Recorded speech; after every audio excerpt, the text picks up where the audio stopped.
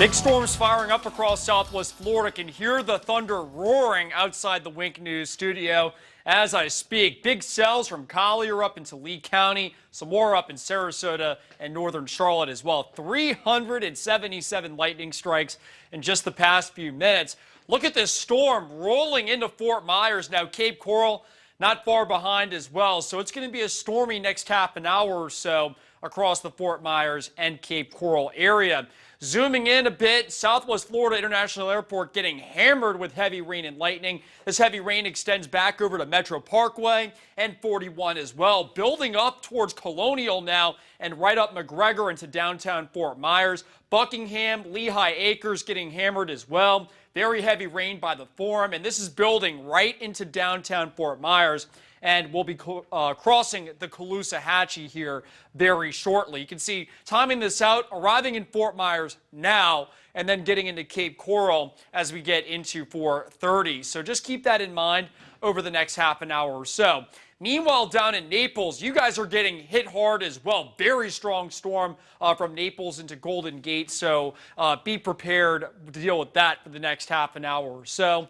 And then finally up in Charlotte County, Punta Gorda, Port Charlotte, you're dry for now, but another cell just off towards your east. Englewood up towards Northport, big cell in the area as well. That's building off towards the northwest.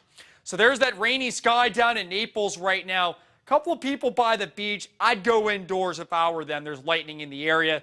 Scattered storms will be continuing for the next several hours. So tomorrow morning when you wake up, dry start to the day, mild and muggy, just a few clouds, temperatures in the 70s. But tomorrow afternoon, we're right back up into those mid-90s, and scattered storms will be back in the forecast once again. So timing out the next day or so, you can see storms continuing throughout the evening hours. I think by 9, these will be done, so drying out later on this evening. When you wake up tomorrow morning, dry start once again, but you know the drill. It's August, it's Florida, and here we go again with those scattered storms tomorrow evening. Over the next several days, we will see those rain chances dropping off a bit Thursday into Friday, but by the weekend, we're back to our typical scattered storms as we get that Saharan dust out of here. You can see it arrives tomorrow and really peaks Wednesday into Thursday, so it's going to be dusty midweek. But you can see by the weekend, the dust is out of here and we're back to normal. In the tropics, it's August, and you know it's just a matter of time. We're tracking a strong tropical wave by the Cabo Verde Islands.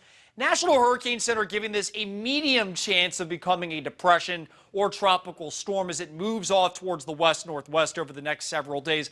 I will say, though, don't be surprised if these percentages drop a bit. Computer models really starting to wane on that supportive development. So that'll be something we'll be watching.